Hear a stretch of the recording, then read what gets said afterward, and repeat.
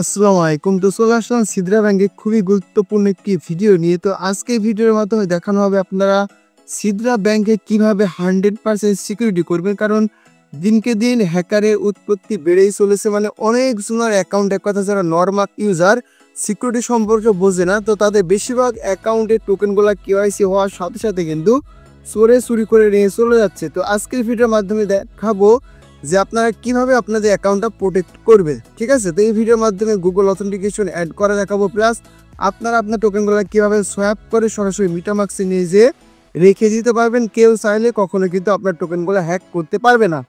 তো ভিডিও শুরু করার আগে প্রত্যেকের কাছে আমার রিকোয়েস্ট থাকবে, যারা আমার ইউটিউব চ্যানেল নতুন এসেছেন বা ভিডিওটা প্রথম দেখছেন, অবশ্যই সাবস্ক্রাইব অপশনে ক্লিক করে সাবস্ক্রাইব করে পাশে কল বেলটা প্রেস করে দিবেন। ভিডিও ফার্স্ট কমেন্ট বক্সে এবং ডেসক্রিপশন বক্সে আমাদের টেলিগ্রাম চ্যানেলের লিঙ্ক দেওয়া থাকবে। এই লিঙ্কে ক্লিক দিয়ে সর্বপ্রথম আপনারা আমাদের টেলিগ্রাম চ্যানেলে জয়েন হবেন, কারণ সর্বপ্রথম গুরুত্বপূর্ণ এবং এয়ারড্রপের আপডেটগুলো আমরা কিন্তু আমাদের টেলিগ্রাম চ্যানেলে শেয়ার করে থাকি। তো যাদের কেওয়াইসি কমপ্লিট হয়ে গেছে সিদরা ব্যাংকে, চাইলে আপনারা আপনাদের টোকেনগুলো কিন্তু ভালো প্রাইস আমাদের কাছে সেল করতে পারে। দেখতে পাচ্ছি আমাদের কাছে কিন্তু প্রত্যেক দিন হাজার হাজার ইউজার কিন্তু আমাদের কাছ থেকে পেমেন্ট নিচ্ছে। তো যাই হোক, সর্বপ্রথমে সিদরা ব্যাংকে গুগল অথেন্টিকেশন অন করতে হবে। এই জন্য কিন্তু আপনাদের অবশ্যই কিন্তু একটা অ্যাপ্লিকেশন প্রয়োজন। এটা হচ্ছে এই যে দেখতে পাচ্ছেন অথেন্টি। ঠিক আছে, এই অ্যাপ্লিকেশনটা পাবেন কথা সরাসরি চলে যাবেন প্লে স্টোরে যাওয়ার পর লিখবেন AUTI, এই যে অথেন্টিকেশন যে অ্যাপ্লিকেশনটা দেখতে পাচ্ছেন, তো নিচের দিকে আসবেন এই যে এটা। তো অনেক অ্যাপস কিন্তু আছে অথেন্টিকেশন অন করার জন্য, এইটা হচ্ছে আমার কাছে বেস্ট একটা অ্যাপ্লিকেশন। এটা কারণটা বলে দিচ্ছি।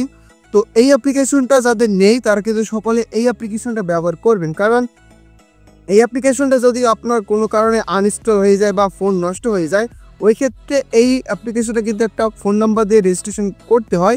ওই ফোন নাম্বারটা আরেকটা ফোন যদি আপনি অ্যাকাউন্টটা ক্রিয়েট করেন বা ওই নাম্বারটা যদি অ্যাড করে দেন, তাহলে এই যে অথেন্টিকেশনটা আপনারা ব্যবহার করতেছেন, এই অথেন্টিকেশন অ্যাপ্লিকেশনটি কিন্তু ওই ফোনে নিয়ে চলে যেতে পারবেন।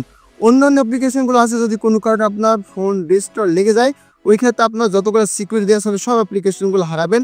এই জন্য আপনার এই অ্যাপ্লিকেশনে কিন্তু একটা অ্যাকাউন্ট ক্রিয়েট করে নেবেন।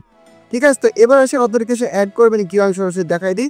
সরাসরি চলে যাবেন আপনাদের সিদরা ব্যাংক অ্যাকাউন্টে যাওয়ার পরে এই যে দেখতে পাচ্ছি কর্নারের দিকে যে থ্রি ডট অপশনটা দেখতে পাচ্ছেন, এখানে একটা ক্লিক করে দিবে।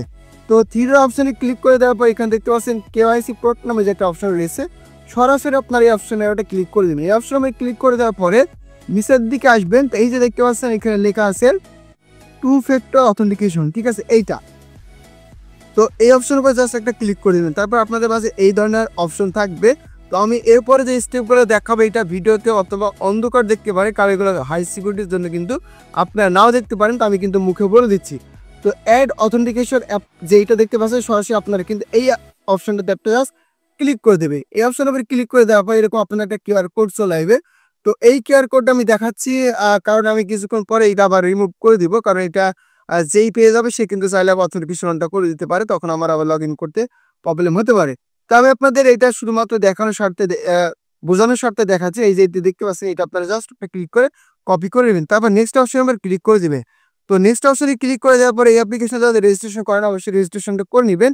তারপর আপনার অ্যাপ্লিকেশনটা ওপেন করবেন। এটা আপনারা হয়তো বা ভিডিওতে কালো দেখবেন, তো আমি আপনাদের বলে দিচ্ছি কীভাবে কী করতে হবে। এখানে যে প্লাস আইকনটা দেখতে পাচ্ছেন, জাস্ট আইকনের উপর ক্লিক করে দিবেন। তারপর এখানে দেখতে পাচ্ছেন ম্যানুয়ালি যে কোড, তো এই অপশনটা ক্লিক করবেন, ইন্টার কোড ম্যানুয়ালি অপশনে ক্লিক করবেন। তারপর আপনার যে এটা কপি করে নিয়ে আসলেন সরাসরি সিদরা ব্যাংক থেকে, তো এইটা হচ্ছে এখানে আপনারা পেস্ট করে দিবেন।